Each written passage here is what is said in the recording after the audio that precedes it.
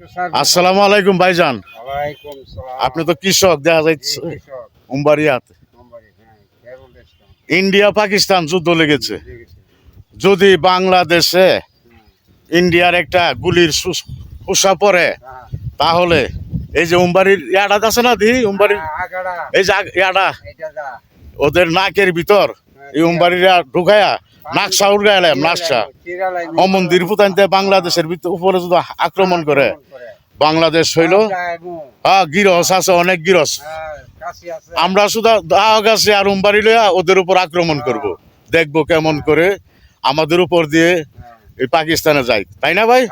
আমাদের নাতি নাতরা মুইতা দিলে ইন্ডিয়া বাসে যাইব গা। ওকে হ্যাঁ, তা আপনি একটা ইয়া দিন, একটা ভাষণ দিন। আমাদের বাংলাদেশ হ্যাঁ স্বাধীনতার বাংলাদেশ, স্বাধীনতার বাংলাদেশ। আমাদের বাংলাদেশে যদি কোনো আক্রমণ হয় তাহলে আমরা ইন্ডিয়ারে পাড়ায় গুতায়া করে যাবা হে করে দিব। হ্যাঁ, আমরা নীরবে বসে থাকবো না। বাংলার কৃষক শ্রমিক আপনাদের যার যা কিছু আছে তাই নিয়ে প্রস্তুত থাকো, শত্রুর মোকাবেলা করতে হবে 100-100। এটা কি আরো জোরে? 100 হবে। ওকে, থ্যাংক ইউ সো মাচ ভাইজান। আপনার নাম কি? আমার নাম মোহাম্মদ বাচ্চু মিয়া। মোহাম্মদ বাচ্চু মিয়া, কৃষক বাচ্চু মিয়া। আপনি ধান কাটছিলেন? না, খের উঠাইছিলেন। ধান কাটা শেষ।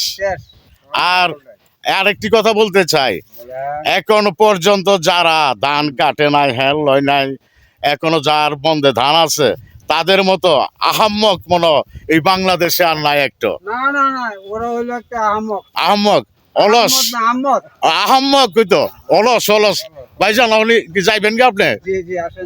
আচ্ছা, এইখানে কি ধান কাটতেছে কেটা? ফাইজুদ্দিন মিয়া মগা আছে, মগা ওই এই মগা আমার দাল্লা একের বন্ধ। এটা দাল্লা উচিত হয়েছে ঠিক না? আরো মগা বুধ বাংলাদেশ আছে, আরো পয়দর হইতালে।